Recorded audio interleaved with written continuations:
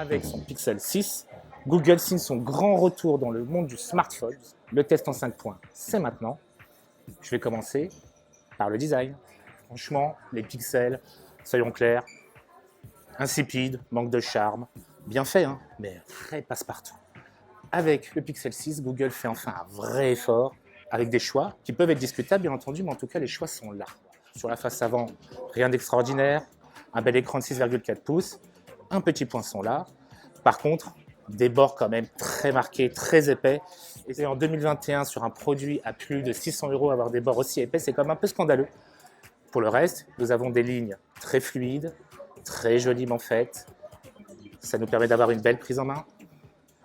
Et enfin, nous avons ce dos recouvert de Gorilla Glass bicolore, gris clair, gris, et surtout ce bloc optique. Vous voyez ce bloc optique? Cette barre qui parcourt l'intégralité de la largeur, là, ça apporte quand même du chien, ça apporte un style, ça apporte un look, en tout cas ça apporte une signature visuelle.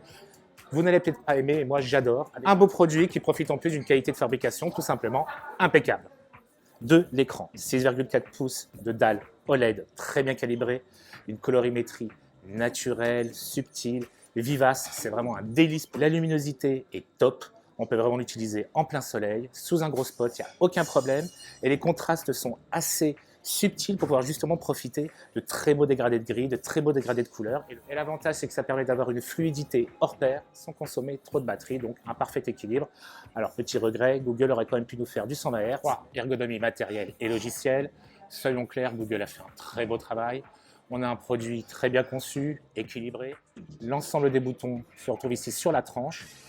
Lecteur d'empreintes digitales, par contre, très bien placé ici. Et surtout, nous avons Android 12 avec une foule de petites nouveautés, de fonctionnalités qui vont sûrement vous plaire. Regardez. L'interface Pixel Experience de Google n'a rien de révolutionnaire, quelques bonnes idées à gauche à droite. Je vous renvoie à mon test sur Nomade Urbain, mais j'ai adoré la gestion des thèmes. Regardez, vous changez de couleur, les icônes changeront également de couleur. Autre point très sympa, le sous-titrage automatique. Sur n'importe quelle vidéo, vous aurez un sous-titrage dans la langue de votre choix. C'est vraiment très très bien foutu. Enfin, moi, j'utilise énormément ça en réunion, la transcription automatique en français, et ça fonctionne vraiment pas mal. 4. La puissance et l'autonomie. Ici, vous dites adieu à Snapdragon, à Qualcomm. C'est un microprocesseur Tensor. Qu'est-ce que c'est que Tensor? Un CPU développé pour Google, par Google, pour ses pixels uniquement. L'idée est un peu comme Apple de faire un processeur spécifique développé pour exploiter au mieux son propre OS. Donc nous avons au final 8 cœurs, des cœurs spécialisés, on va dire dans la puissance moyenne, l'usage quotidien, des cœurs puissants et des cœurs très très puissants qui vont pouvoir répondre au pic de performance. Qu'est-ce que ça nous donne au final? Comparé à un Snapdragon 888 ou un Exynos 2100, clairement, on est à peu près au même niveau de puissance. C'est du haut de gamme, ça se sent et c'est super agréable à utiliser. En termes de jeux vidéo, pareil, on a de très très bonnes performances avec un GPU Mali.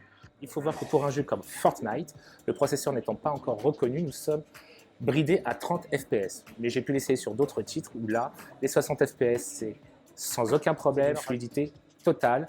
Donc d'excellentes performances en tout point. Et en termes d'autonomie, nous avons une batterie de plus de 4600 mAh. Résultat, on tient facilement 15 à 16 heures sans sourciller en ayant un usage mixte et pourtant intense. Et en ce qui concerne les usages, on va dire, beaucoup plus sages, vous tiendrez facilement une journée et demie. Par contre, une recharge 30 watts maximum, donc comptez à peu près 2 heures pour une recharge complète, c'est un petit peu longuet. 5. La photographie. Et là, Google a vraiment travaillé à un gros changement de fond en termes de capteurs. Nous avons déjà un premier capteur grand angle de 50 mégapixels, un ultra grand angle de 12 mégapixels, une caméra frontale de 8 mégapixels, tout ça dopé à l'intelligence artificielle Made in Google. Maintenant, partons dans le merveilleux monde de la photographie par le pixel. Vous allez voir, vous allez adorer autant que j'ai adoré. En plein jour, ce Pixel 6 fait vraiment des photos magnifiques. Admirez-moi cette colorimétrie, ce niveau de détail, là, les plumes, le bec. Il est vraiment diabolique dans sa précision. L'ultra grand angle est de qualité, légère déformation sur les bords, mais c'est très classique. Revenons en mode normal et maintenant zoomons. Là, vous avez le zoom optique x2, vous voyez, très bon niveau de détail, et le zoom numérique x7.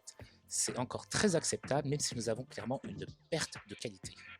Le mode nuit est vraiment bluffant. Il y a un niveau de détail, de précision, il voit même ce que je ne vois pas avec mes propres yeux. On peut s'amuser dans toutes les conditions de lumière, de couleur, c'est bluffant. Le mode mouvement va appliquer des effets sur les objets qui sont justement en mouvement, en arrière-plan, et c'est vraiment très réussi. Le portrait est quasiment parfait. De temps en temps, un petit problème d'étourage, mais c'est vraiment très très rare. Quant au mode selfie, à part de légers effets de lens flare, qu'on corrige facilement en se déplaçant, c'est simplement parfait. Petit outil amusant rajouté par Google, la gomme magique. Nous allons entourer un élément, ici le chapeau, et l'intelligence artificielle va tenter de l'effacer. Au final, c'est très moyen ici, tout dépend de la complexité de votre scène, et parfois c'est vraiment impressionnant. Donc alors pour qui ce Pixel 6 ? Si je suis sur une balançoire et que je l'ai dans la main, c'est qu'il me donne des envies ludiques. Vous allez vouloir jouer, prendre des photos tout le temps, prendre des vidéos, utiliser toutes les possibilités qu'il offre et toutes les possibilités d'usage comme de personnalisation.